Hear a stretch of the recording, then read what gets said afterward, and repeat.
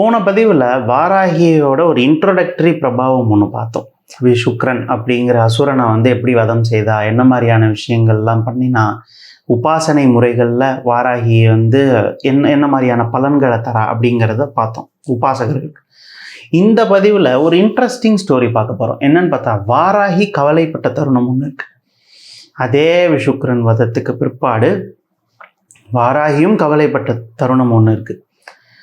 விஷுக்கரனை பிராணாரணம் செய்து அடுத்து பண்டாசுரன் கிட்ட போகிறச்ச பண்டாசுரன் என்ன பண்ணிட்டான் அப்படின்னு பார்த்தோம்னா, அந்த போர் முனையில் வாராகி அஸ்வாரூடா ஸ்வரூபமாக சம்பத்கரி ஸ்வரூபமாக போர் நடத்தி கொண்டு இருந்த வேளையில் ஒரு நிமிஷம் பண்டாசுரன் படையை ஊடுருவி லலிதா திரிபுர சுந்தரி ஸ்ரீசக்கரத்தை அசைத்து பார்த்ததாக ஒரு ஐதீகம் இருக்கு.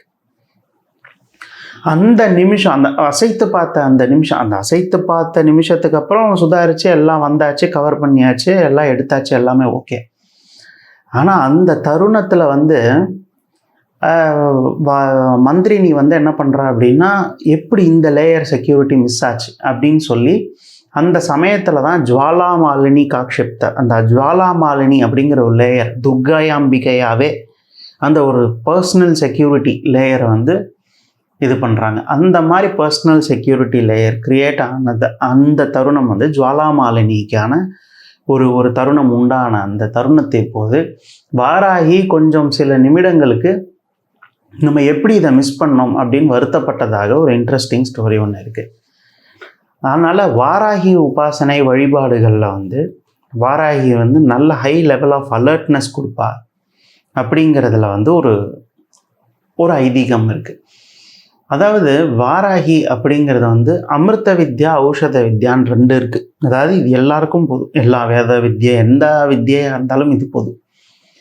இஸ் இட் அ ப்ரிவென்டிவ் வித்யா or a is it a preventive வித்யா ஆர் அ ப்ரொடக்டிவ் வித்யா? அதாவது ஒரு விஷயத்தை நம்ம தடுக்கக்கூடியதா இல்லை ஆக்ஷன் எடுக்கக்கூடியதா? நடந்ததுக்கு பின்னாடி அதுக்கான ஒரு ஆக்ஷன் எடுக்கிறோமா இல்லை நடக்கிறதுக்கு முன்னாடியே ப்ரிவென்ட் பண்ணுறோமா அப்படிங்கிறது இருக்குது. வாராகி உபாசனை அப்படிங்கிறது ரெண்டுமே. ஏன்னா நடக்கிறதுக்கு முன்னாடி எல்லா விதமான ஃபைட்டு ஃபார்மேஷன்ஸ் எல்லாம் இருந்தது. அதற்கு பிறகு நடந்ததுக்கு பிறகும் ஜுவாலாமாலினி ஆவரணம் வைத்ததுக்கு பிற்பாடு இன்னமே செக்யூரிட்டி டைட் பண்ணப்படுகிறது. ஸோ ரெண்டுமே கலந்ததான ஒரு லேயர் தான் தண்டினி லேயர்.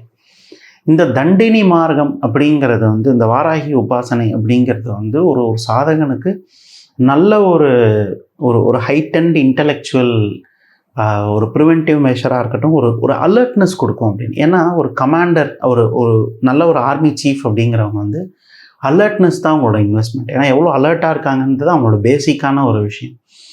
அதனால் வாராகி உபாசனையில் அலர்ட்னஸ் அப்படிங்கிறது ஒரு நல்ல ஒரு விஷயம்.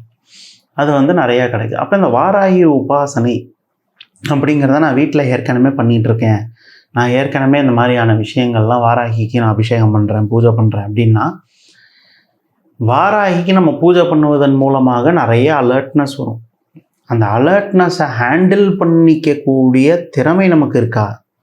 ஏன்னா ஒரு சில விஷயங்கள் நமக்கு எவ்வளோக்கு நம்ம விஷயங்கள் நம்ம கண்ணுக்கு தெரியுதோ அவ்வளோக்கு there are high chances that நம்ம அதை பற்றின கவலைகளும் நிறையா படுவோம். தெரியாத விஷயத்தை பற்றி நம்ம கவலைப்பட மாட்டோம். ஒரு ஹவுஸ் ஹோல்ட் லெவலில் ஒரு நல்ல லெவலில் அப்போ நம்ம எப்படி இந்த ஒரு அலர்ட்னஸை நம்ம ஹேண்டில் பண்ண போகிறோம்? அந்த அலர்ட்னஸை ஹேண்டில் பண்ணுறதுக்கான இன்டலெக்சுவல் நமக்கு இருக்கா? ஏன்னா ஒரு 10 விஷயங்கள் நம்ம கண்ணுக்கு தெரிய என்ன ஆகும் அப்படின்னா, அதை பற்றின கவலைகள் ஜாஸ்தியாகும். ஐயோ இப்படி ஒன்று இருக்கே, என்ன பண்ணலாம், அப்போ நாளைக்கு இது நடக்குமே, என்ன பண்ணலாம் அப்படின்னு. அந்த அலர்ட்னஸை ஹேண்டில் பண்ணுறதுக்கு அப்படிங்கிறதுனால தான் மெயினாக வாராகி வழிபாடு குருமுகமாக எடுத்துக்கிட்டு பண்ணுங்க அப்படிங்கிறதுக்கான ஒரு ஸ்ட்ரெஸ் கொடுக்குறோம். ஏன் கொடுக்குறோம் அப்படின்னா, இந்த மாதிரியான விஷயங்கள் எல்லாம் ஹேண்டில் பண்ணுறதுக்கு ஒரு தனி ஸ்கின் வேணும்.